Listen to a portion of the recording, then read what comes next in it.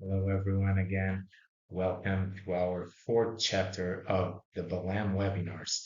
As explained in our previous chapters, BELEM stands for Boosting European Lyrics via Entrepreneurial Monetization. And these are the capacity building webinars that are intended for you who are seeing this to understand how lyrics in publishing rights and generally work, how you can document them, monetize them, what are the rights involved, and everything that is connected with that may help you to monetize and boost the collections that you have on your lyrics. This is a project co-funded by European Union, and I'm David Serra speaking on behalf of Unison as International Licensing Manager. I'm a music lawyer, and I'm very glad to be here sharing the knowledge with you. So, you have seen the other chapters, and this is the fourth chapter called Lyrics and Rights, Part 1. So, as explained in the previous chapters, to use lyrics legally, one must obtain permission from the copyright owner, typically the songwriter and their publishing company, or even the CMO or RME or IME, as explained in our former chapter, chapter 3, or lyric licensing companies such as Lyric Find. And this can be done through obtaining a license. There are two main types or columns of rights that are very important that you are aware of. So the economic rights or patrimonial rights, les droits patrimoniaux or les droits moraux, because it comes from in Europe from the French code and French tradition. So these rights refer to the right to control the use of a work, including its lyrics for commercial purposes. And this includes the right to distribute, reproduce, and make available the work or perform the work to the public. Economic rights are typically transferred to a music publisher as explained in Chapter 3 or a record label through a publishing or recording contract.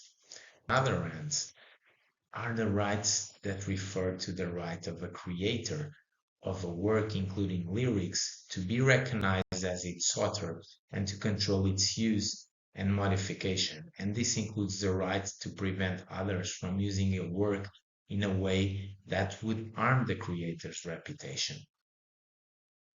The types of rights involved in lyrics are generally similar in the US and Europe, as they are both governed by copyright law. However, there are some differences in how these rights are structured and enforced in each region. Mechanical rights in the US, they refer to the right to reproduce and distribute a musical work, including lyrics in the form of recordings such as CDs, vinyls, and digital downloads. And mechanical licenses are required for this type of use and are typically obtained through a music publisher or licensing agency or a licensing collective such as the MLC.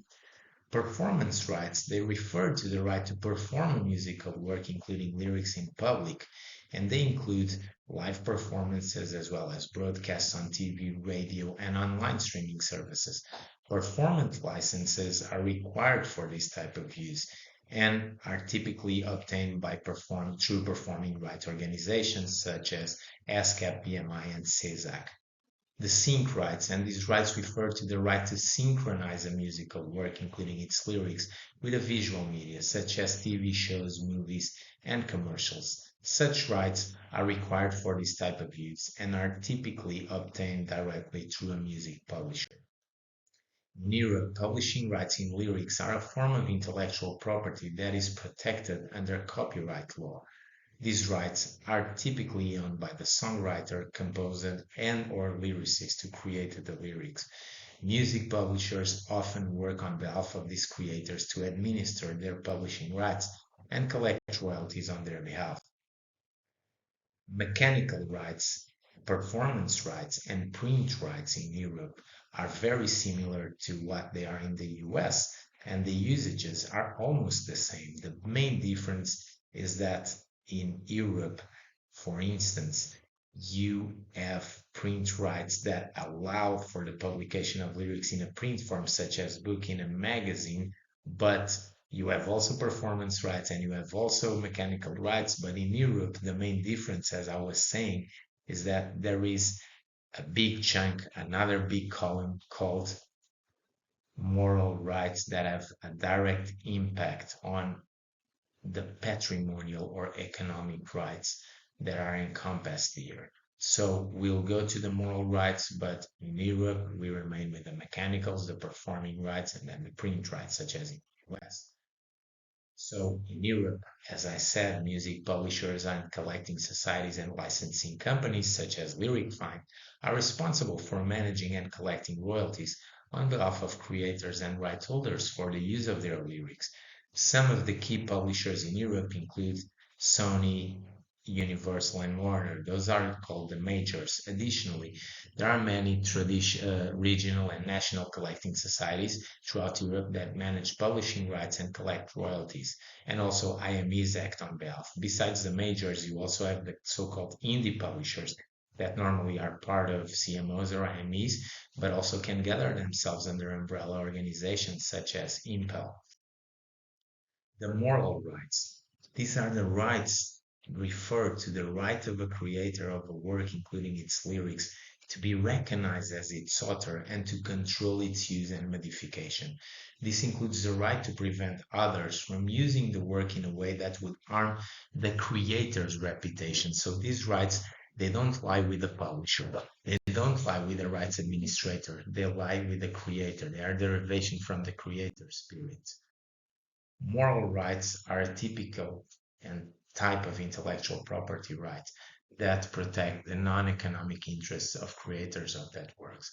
While both in the United States and Europe recognize moral rights, the legal frameworks for these rights often differ between the two regions as explained. In the US, moral rights are not as well established as they are in Europe. The US Copyright Act does not explicitly recognize moral rights, although they are acknowledged in some specific areas of law, such as the Visual Artists' Rights Act and the Lanham Act. VERA provides certain moral right protections for visual arts, such as the right of attribution and the right to prevent the destruction of their works. However, these protections do not extend to other type of creators, such as writers or musicians. In Europe, on the other hand, moral rights are explicitly recognized and protected under copyright law. The Berne Convention, which provides for the basis for copyright law in many countries in the world, includes provision on moral rights, and the main moral rights recognized in Europe include the right of attribution, which is the right to be identified as the creator of the work, the right of integrity, which is the right to object to modifications of the work that could harm the creator's reputation, and the right of disclosure, the right to decide when and how a work is made available to the public. Also, a very important right is the right of withdrawal, and we'll be covering more of that in our next chapter. Thank you very much for watching. Stay with us for the lyrics and rights part 2 webinar. Go to our website, check all the chapters, and very important, if you have any doubt and if any partner of the project can help you in understanding better how to document, distribute, and monetize your lyrics, Unison is totally available to give you private mentoring sessions. Thank you very much for your time and see you in our next chapter.